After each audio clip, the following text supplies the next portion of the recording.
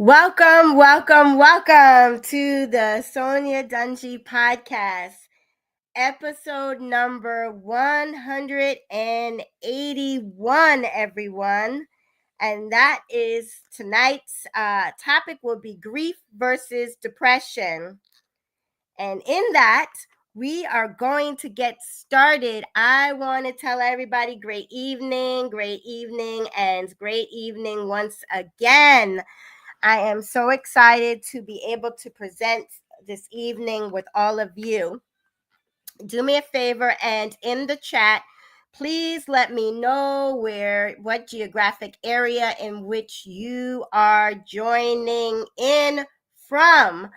And I'm sitting here and I am so grateful because I am getting text messages, people asking me, are you okay? And the answer is yes, I am. If you're watching now, I am live. I'm just texting, letting everybody know that I am on live at this very moment. So thank you. That just goes to show you that you guys are watching. And if I don't show up, you're looking for me. So the message in all of that is I need to show up. So let me show up for all of you right now. Here I am. Great evening. So I am so grateful to be here with all of you. It is an honor and a pleasure as always. And tonight's episode number 181 is being sponsored by Always Destined for Greatness LLC, also by B Lips LLC, and by our one and only Drip City Customs LLC as well. And my lipstick was sponsored by B Lips as well. So thank you, B Lips, for the lipstick for tonight. So with that being said, I am going to be popping back in the chat because I want to see where you guys are. There you are. I see you. I see that Jacksonville, Florida is in the building. We have Washington, D.C. in the building. We have North Carolina upfront and personal. And I am also going to jump on our other social media platforms as well. Make sure that you are there. Watching, I see you. Miami is in the building. Once again, thank you for the check-ins. But we just finished another boss masterclass, and as always, it was incredibly uplifting, and we all walked away with a better understanding of the topic of discussion that we had there tonight. And so thank you all once again. And if you missed it, but you signed up for the masterclass, please DM me replay and I will send you the replay. But that's only if you signed up for the masterclass. Other than that, I don't have any control of sending you the replay. So let's go ahead and get started. And as I said in the beginning, I'm super excited. This is episode number 181 of the Sonya Dungee podcast, where conversation is always the essence of the soul. And I am your host, Sonya Dungee. And of course, I'm still bringing that heat. To the IG, Facebook, the YouTube, and now the TikTok streets as well. So with that being said, let me bounce back over, make sure that I acknowledged everybody, which, yes, I believe that I did. Thank you again for joining. And we're just going to go ahead and jump right in it. So I am not going to share my story in the beginning as I do most of the time, but I will be sharing my story within the context of tonight's episode number 81. So if you're wondering how I came up with tonight's topic, talking about the differences of grief versus depression, it actually was sparked from being a guest on a recent podcast. And I was asked the question, is there a difference between grief and depression? And the answer is yes. And I started to really think about it. So many times I took it for granted when I heard people say, I'm so depressed because I've been grieving for so long, or, I just don't know how to move forward. And I really wanted to bring that clarity and really share the difference, and so that everybody can have that deeper understanding of what it truly means. So that's what we are going to be doing tonight. So in that, I am going to give you the 5 steps, okay? 5 steps. So those 5 key considerations. And that's going to happen in a minute. But first, let me give you a overview of what grief means and what depression actually means. So, according to Oxford now, grief means that deep sorrow, especially when that sorrow is caused by death. And it's that profound emotional response, that psychological response to loss. Now, anybody who knows me, you've heard me say so many times, I understand what loss is. I appreciate when people now say, I'm sorry for your loss, when I really didn't before, because in my mind, I held on to that, like my dad that you can see right here. The reason why I became a transformation coach, he's always going to be in my mind. He's always going to be in my heart. He's always going to be in my soul. I'm always going to think about him. He's forever my dad. And so I'm never going to lose him. He might not be present for the things that I was accustomed to, going places and speaking to him on the phone and hearing him shout out the answers on our favorite game show, and me saying, Dad, you're cheating, and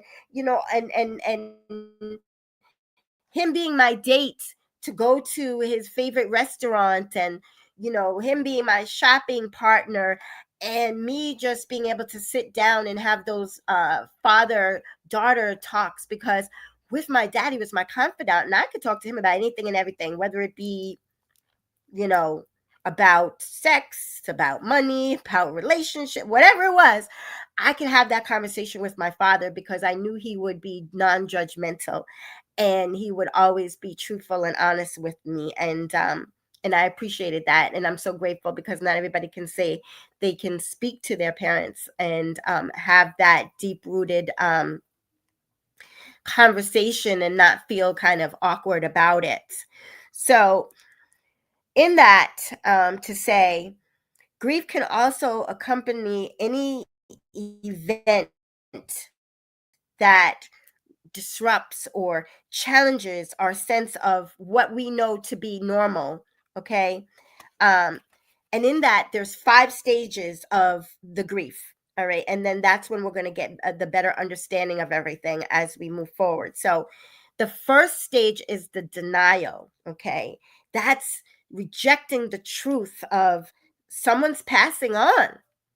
Like, they don't want to think about it, because if you think about it, then it means it happens. And for me, my denial started from the onset.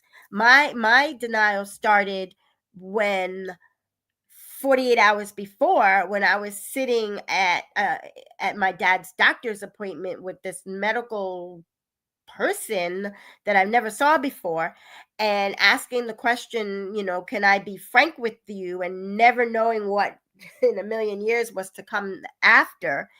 And that person saying to my father and myself, you have 6 months to live. I was in denial mode immediately, in so many ways. Denial not to have my reflexes because trust and believe my reflexes was ready. and if my dad wasn't sitting right there, my reflexes probably would have prevailed. But the fact of the matter was, my dad was staring at me and he said, well, I believe in straight shooting. And in my mind, I'm saying, well, I don't. She could have kept that to herself. So my denial was immediate, like, okay, my dad's not going to die in 6 months. This person is of the medical profession. This person is not my Lord and Savior, Jesus Christ. And so therefore, I don't know what she thinks she's talking about, but it's what I know. Okay, nobody makes that final decision but our Lord and Savior. And so my denial was kind of ignoring her, but at the same time saying, well, if that is true, the 6 months is going to be those best 6 months I can give my dad under the circumstances. I'm moving everything out of my bedroom. It's going into storage. I'm ordering the hospital bed. I'm ordering the recliner. I'm doing everything that I can do to make those 6 months the very best it can be for my father, because he's not going into any kind of health facility. He's staying right here in Middle Island with me. And I'm saying me, and it wasn't about me at all. I do have siblings, but they all live in other states or in another country, and they weren't within miles away from my father as I was. So that's what I'm saying with the me. So my denial started there. Okay. And my denial went even further when I was sitting there at my father's hospital bed 48 hours, not even the whole 48 hours, and shocked when I got a phone call at 2:00 in the morning to get to the hospital. I was like, wait a minute, am I dreaming? Where did this come from? Because I know what I was just said not even 48 hours ago. And for me to sit there and hold my dad's hand and watch that tear come down his cheek and then him take his last breath here on this earth and his first breath in heaven, I was like, wait a minute. Maybe if I don't hold his hand, it's not going to happen. Maybe if I go outside the room, it won't happen. Maybe. So I was rejecting the truth. Okay. And the second step is the anger, feeling like it's extremely unfair what's happening, and even questioning, what did I deserve? Why is this happening? Those questions are part of the anger. You see, my anger, as I said, started not even 48 hours before for that 4:00 appointment. My anger started there. Okay. And then came the denial. Okay. So I had the denial, anger, and denial kind of mixed together. Right. And then the third stage is bargaining. Okay. That's when you want to go back and you want to negotiate and you want to change the past so that you can prevent that loss. And in that is the negotiation. Well, what could I have done different? For me, it was like, should I have taken my dad earlier? Should I have seen a sign? You know, what is it? I should have had him stay with me every single day from the time that he got sick, and then maybe that wouldn't have happened. Or maybe I should have made sure that he ate better. Maybe I should have, checked to see if he was losing any weight. Like, let me go back and relive that. Let me renegotiate. And so if I did this, now this wasn't going to happen. So let me negotiate. And you do that. You do that without realizing that you're doing that. And that's what I did. And that's what I meant by, I'm going to share my story, not in the beginning, but as I go along, I'm sharing it in the concept of what is going on. And I'm reading the comments and I see someone joining for the first time that I could see. So I thank you so much for that. And I'm glad that you're hearing me on Facebook, and I love you as well. Thank you so much for that. And jumping back over, because I don't want to miss anything along the way. Yes, it is a great evening. Thank you so much. The Caribbean is Trinidad is in the house. Thank you. And keep on bringing the heat. Yes, absolutely. Keep it 100. Yes, absolutely.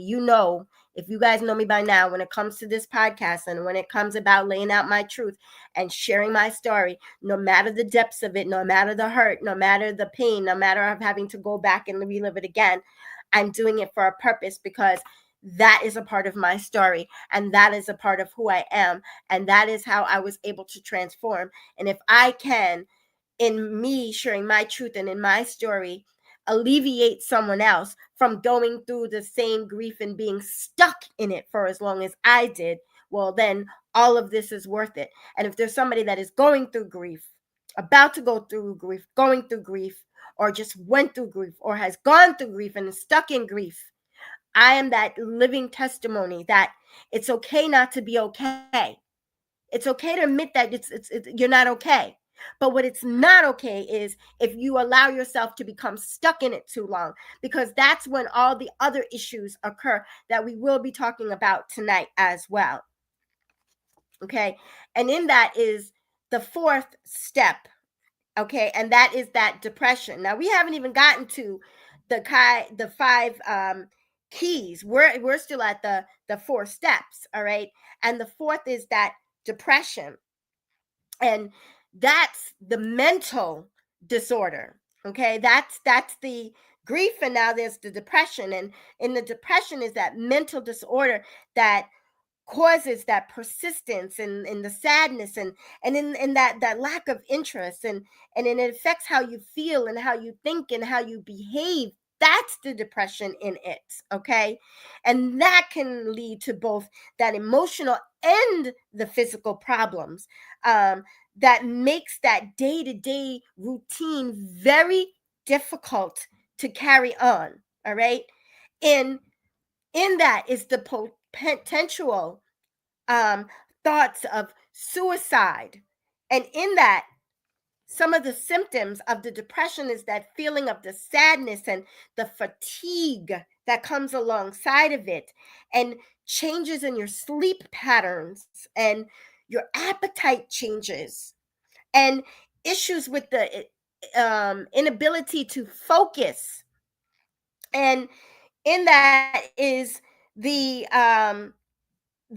physical feelings, the body aches and the pains and the stressful life events. They're all a part of the depression. So if you haven't been able to clarify it, you should at least get a better understanding now of the difference of just the grief, and then there's the depression, which is long term. Not to say that grief cannot be long term, but it's more on the mental side of it. Okay, and depression can affect anyone, okay, regardless of your age, regardless of your ethnicity, um, regardless of your circumstance. It can affect anyone. No one is unscathed from it. It could be so much more complex, um, in what they say in new mothers when they go through the postpartum depression, or even women that are experiencing menopause, which they said is linked to uh, the hormonal or the physical changes. And if you want to know more about that, that's not my niche, but it's Coach Dawn Allen from Stay Sexy Wellness. You can look her up, and she talks about all of this, even on a grander scale that I could never do, because obviously it's not part of my my niche. But I just wanted to share a little bit of that with you, and I'm still bouncing back and forth at the same time, um, in that. And I'm reading, yes, it's okay to not be okay, but don't be stuck behind the mask. Absolutely. I was that one. I was so stuck behind that mask. Anybody who asks me, how you doing today? I'm okay. A word to the wise, I've said it many a time before, that if somebody tells you they're okay, it's a farce. That's a cry for help. That means they're not okay. Okay? Make it your civic duty to find out why that person isn't okay, and be there and be supportive of that person, even if you don't know how to. And we speak about that on the podcast as well. And you can go back, feel free to look in previous podcasts, of the Sonya Dungee podcast, where we spoke about how to and what to say and what not to say and how to act and what not to do and how to act, all of that, because that is key. Okay, that is definitely key. And then I'm reading, sharing your testimony will both transform and elevate your heights. Never imagine and results in assurance that you, through failure and loss, found peace. Absolutely. Absolutely. If I didn't share my story and if you didn't know, you looking at me, you wouldn't know. But it didn't happen overnight, and it took time, and it took me changing my perspective and realizing that enough was enough, and that I couldn't be stuck any longer. It wasn't conducive to my health. It wasn't conducive to my family. I wasn't spending time with my grandchildren. I was blessed with 3 at the time, and now I have 4. Um, I wasn't spending time with my friends. I wasn't doing the Sonya things. I just wasn't. I was unhappy. I smiled, but my smile was really that fakeness that I had to push that smile out there. Okay. Even though my family knew, I didn't know they knew. And I didn't want them to know because I just didn't want them to grieve any more than they were already grieving. And I felt like that would be selfish of me to throw my grief on others when they had their own grief that they were carrying. I didn't want to add to their burden. And so that's why I chose not to tell them, even though they were secretly calling and texting each other and all that stuff. But again, I just didn't know of it. Yes, being okay while grieving is hard. It is very hard. It's hard. It's hard to even say I'm okay when I'm not okay. Okay. But the fact of the matter is, look at that as a cry for help, because honestly, that's exactly what it is. It's a cry for help. Okay. And moving forward into number 5. Number 5 is coming to the terms with the loss. Okay. Not to say that grief ceases, because it doesn't. It doesn't. All right. But grief takes time. And as you all know, as I say it all the time, there's no manual, there's no rules. Definitely there's no how-tos, there's nothing. And when you don't know what you don't know. And for me, I didn't know, oh, Sonya, go check out a podcast, Sonya, check out if there's a support group. Because again, there are those negative tones to these kind of things. Grief? Oh no. Depression? Oh no. Support group? Oh no, there's nothing wrong with me. What do I need a support group for? Okay? When a group is just that, it's for support. Okay? Just like a supportive network is just for that, for support. We all need support, because willpower alone ain't gonna do it for you. And I said ain't. Okay? It ain't gonna do it for you. I tried 342 days. It did nothing for me but make me grieve even more, make me stuck even more. Okay? Make me more isolated. When who knew all I needed to do was be open and honest with myself first, and then with everyone else, and say I'm not okay. And then I could have got that support that was there. I just didn't know that it was there. I didn't want it to be there, because I didn't want to make it about me. It was about this gentleman right here, Mr. Sonya Dungee. It was about my dad. It wasn't about me. You see, there's people, when things happen in life, they find a way to make it about them when it's not. And so that too has a negative tone to it. And so I didn't want it to be all eyes on Sonya. I didn't want it to be about me. I just had to figure it out so that I can move forward one day more than the day before. That's all it took. One day more than the day before. And when I was able to do that, to take that first step, then I was able to take the next step. And as my mentor spoke in class the other night, which I knew that from when I first started, and the first time that he mentioned it, and I always held on to it because it really helped me through some things, and I'm going to share that with you as well. But in me, um, keeping it 100, for the first, like I said, that first 342, I was a wreck, emotional mess, you name it. I was skinny as could be, but didn't realize. I looked in the mirror, I didn't see that until one day I looked in the mirror and I was like, oh my goodness. And then I had somewhere to go, and I had to go buy an outfit, and the size I thought I wasn't. And I had to keep downsizing. And I was like, all right, there's something wrong with this. There's something wrong with this tag. There was nothing wrong with that tag. That tag was truthful. It was, I had lost so much weight, I didn't even realize that I had lost so much weight, because honestly, I was heavy for the longest time. And when I attempted to lose weight, I couldn't. But because I went through what I did and I wasn't eating and wasn't realizing I wasn't eating, I lost that weight. And I didn't like what I saw in the mirror at all. At all. Okay. So I had to start with myself, and I had to make that conscious decision. And I had to say, enough was enough. I had to live for myself first. Because, see, my father, I knew where he went. I knew he went to be with our Lord and Savior, Jesus Christ. And I'm not trying to push my belief on anybody. And I respect, you as a person, and I'm grateful that you've joined and so forth.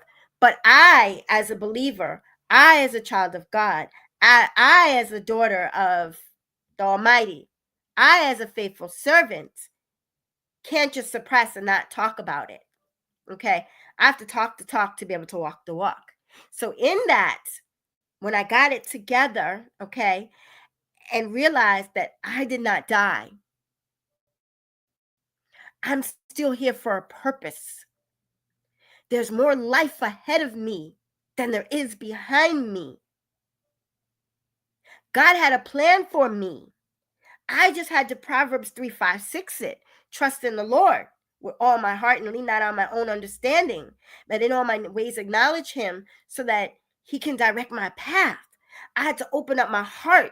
And when I did that, and when I invested in myself, and when I found myself that mentor coach, and when I found myself that like-minded community that was uplifting and supportive, okay, and non-judgmental, but would call me on my BS, that's when things began to change for me.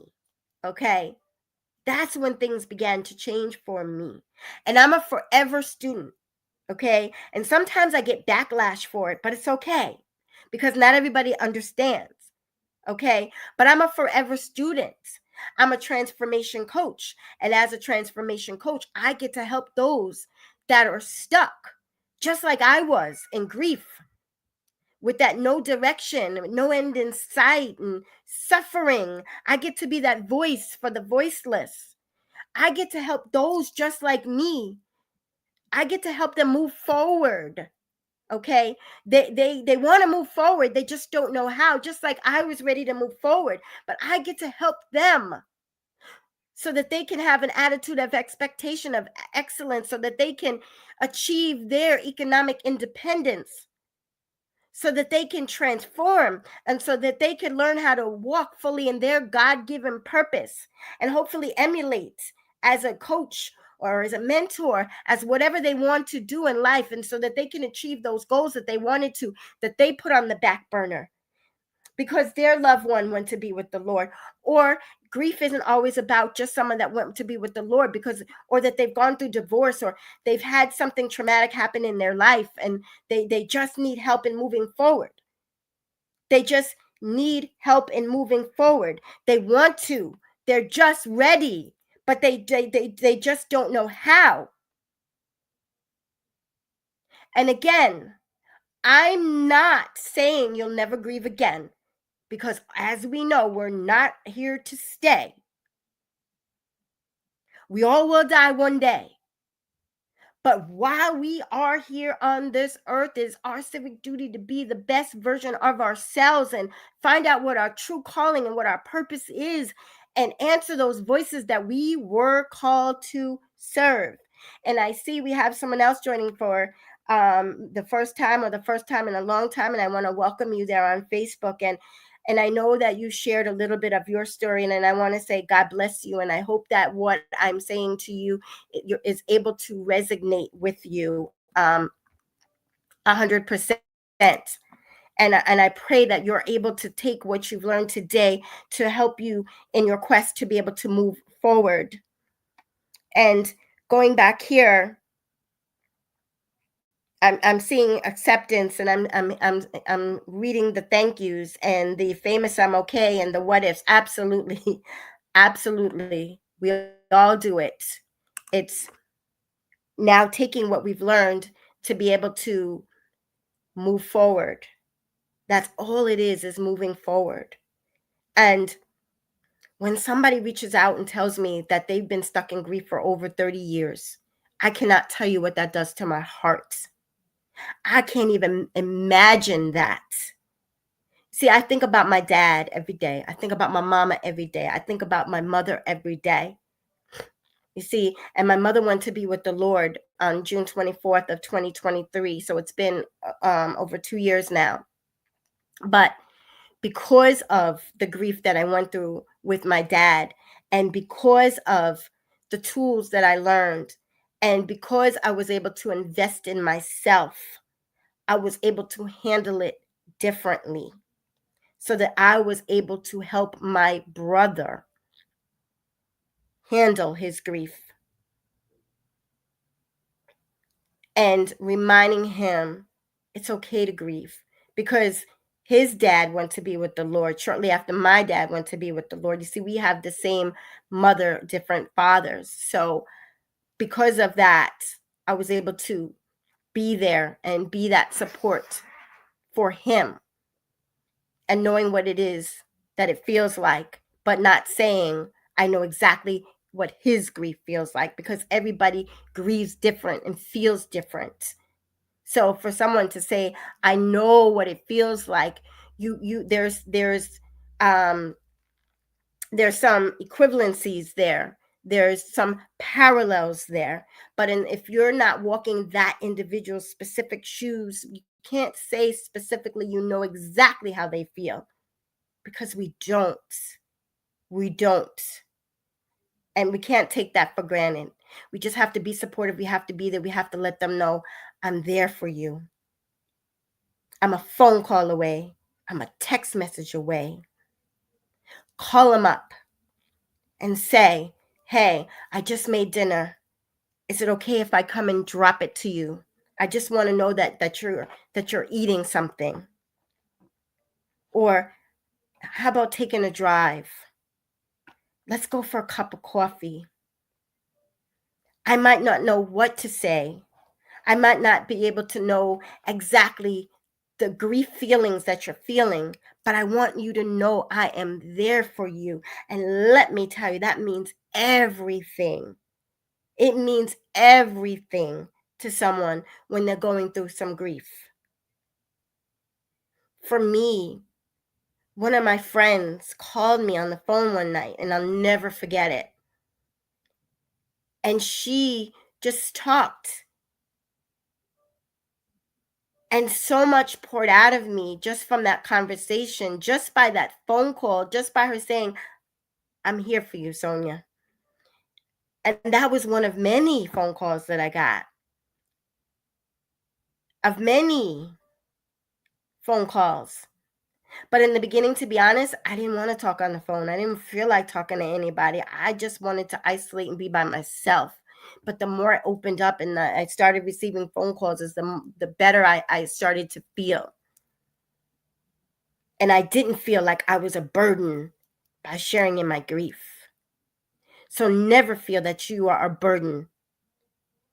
If you feel like talking about it, talk about it. Whether it's divorce, whether it's empty nest, whether it's a loss of a pet, whether it's a job loss, whether it's you lost something near and dear whether it was a breakup, no matter what it is, the life challenge, the grief, whatever it is, when you get comfortable enough to talk about it because you feel a release within. So in that, I kind of went left a little bit, but I'm going to stay here because I feel that that's what guided me in my heart for me to stay in what we're speaking about right now. And I hope that that really brought some clarity for you tonight in talking about the grief and talking about depression. And I keep saying grief because some people don't want to hear it. They won't say the word grief. They channel it different. They want to hear it received different. But I'm saying the words tonight, grief. I'm saying the word depression. Know that there's a difference. But if what I spoke about resonated with you, and if it was on the side of depression, there's telephone numbers. You can reach out. You can call. If you're feeling certain thoughts, there's toll-free numbers, suicide prevention. There's a 288 number to call. There's trained professionals on the other side that will talk to you. Anyone who's listening tonight that is ready, that is truly ready, that's committed here in the beginning of this fourth quarter to move forward, DM me forward, and I will send you my calendar link for a free 45 minutes. Free 45 minutes. A heart-to-heart with Sonya. We can have a deep-rooted conversation. And I promise you, I will give you the steps necessary. I will help you. And that's a gift within itself. I'm not going to talk dollars and cents, but that's a gift within itself. So if I were you and you're deeply committed and you're ready to move forward, DM me. DM me. Text me. Call me. I will send you my calendar link. Jumping back over, I want to thank you all for the comments of value, that things have resonated that was said tonight. I appreciate you. I value you. I support you. I see you. I feel you. I hear you. Because I once was you. I feel like I left my heart out there tonight in a way that I may have never done before. In a way that I may have never done before in this way. Being able to help you is definitely a gift. Absolutely. Being able to help you is a gift. Take me up on my gift. I cannot be at that bus stop. I cannot pull you off the bus no matter how much I would like to. But if you're committed and ready to move forward, like I said, do what you feel is necessary, and I will be here to support you every step of the way. Okay. And before we conclude tonight, I just want to say, I see that my daughter has joined, and tomorrow night at, at 7 p.m. and I am going to have my daughter on as our special guest, and we're going to talk about life challenges, and she is going to be talking about what she does. She makes her mama proud, even though we butt heads at times, as mom and daughters do.